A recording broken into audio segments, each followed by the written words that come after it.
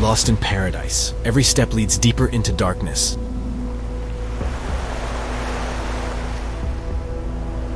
It's been a horrible summer so far. Work has been really stressful, and then my girlfriend dumped me for one of my friends, so I've spent most of the summer watching Netflix alone in my shitty apartment. It's been pretty depressing.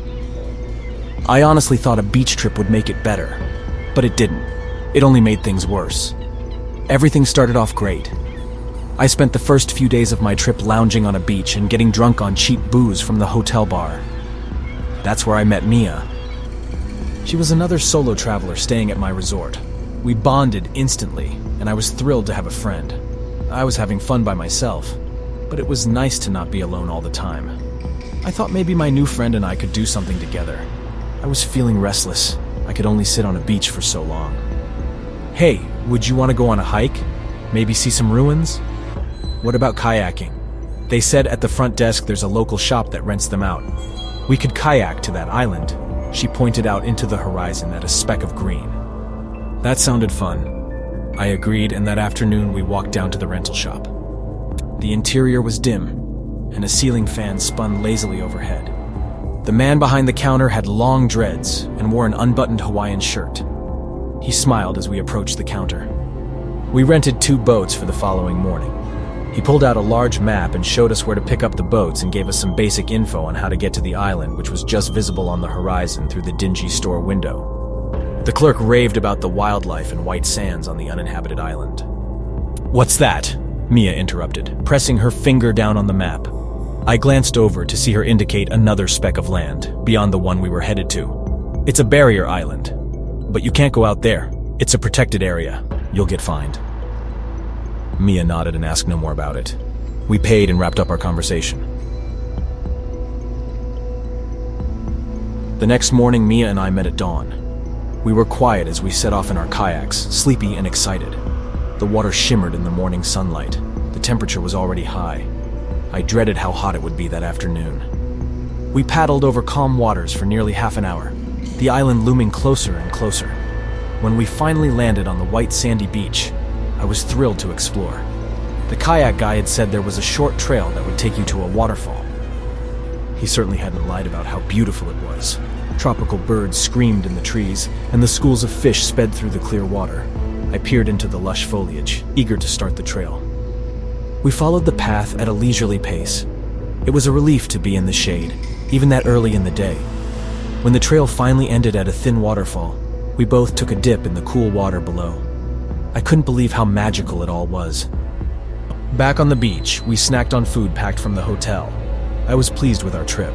The early morning paddle had certainly been worth it. When I suggested we load up and head back, though, Mia shook her head. "I think we should go further, to the other island." I stared at her. "It's protected.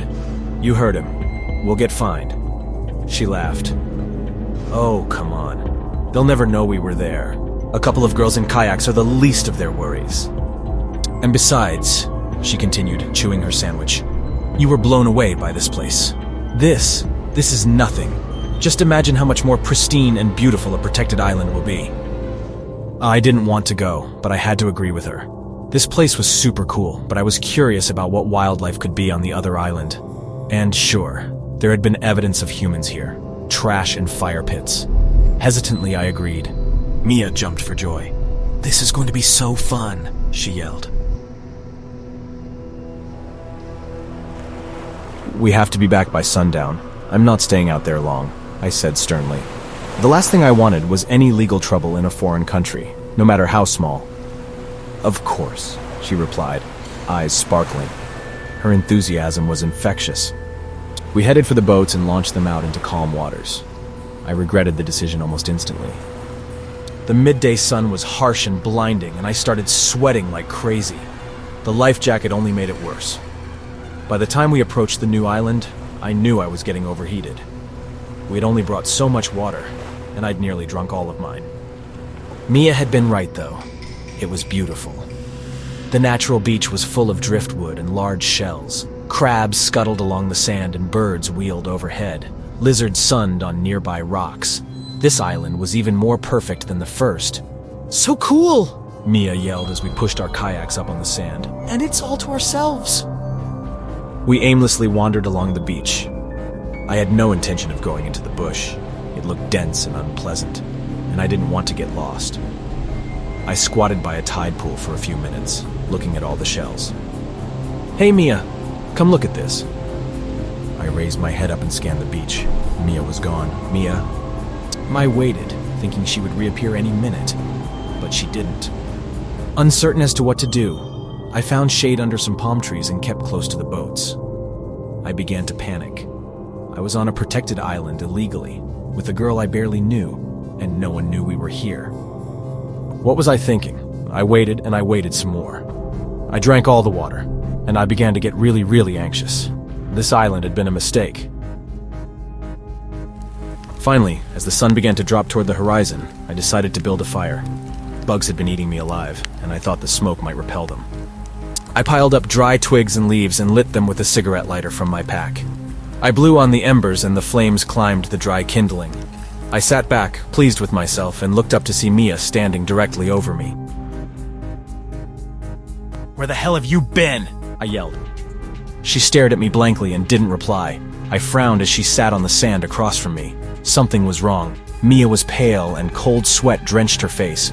She didn't seem to recognize me. "Mia, are you okay?" Mia was a shell of her former talkative self. Irritation turned to concern, and then fear. My stomach was knotted with anxiety. Something was definitely wrong. Was she sick? But how could she get sick this quickly? She didn't speak at all the rest of the evening. I stayed with her. I didn't know what to do. I'd never been in an emergency situation like that. Finally, as her condition deteriorated, I remembered my cell phone, lost in the bottom of my bag. I left her by the fire and went down to the water, where I tried to get service with my dwindling battery. Who did I even call? I tried in vain to call the hotel, but there was no signal. Defeated, I walked back to the fire. I went over to Mia, who stared vacantly ahead. "Look, Mia, we're going to have to go back. Do you think you can paddle?" I asked her. She didn't answer, and she didn't move. A horrible, creeping sensation swept over me. No way. As much as I wanted to run far away from this dumb beach, I had to be sure. I reached my hand towards her. Flames danced in her glassy eyes, and I felt horrified as her lack of pulse confirmed what I had suspected. Mia was dead.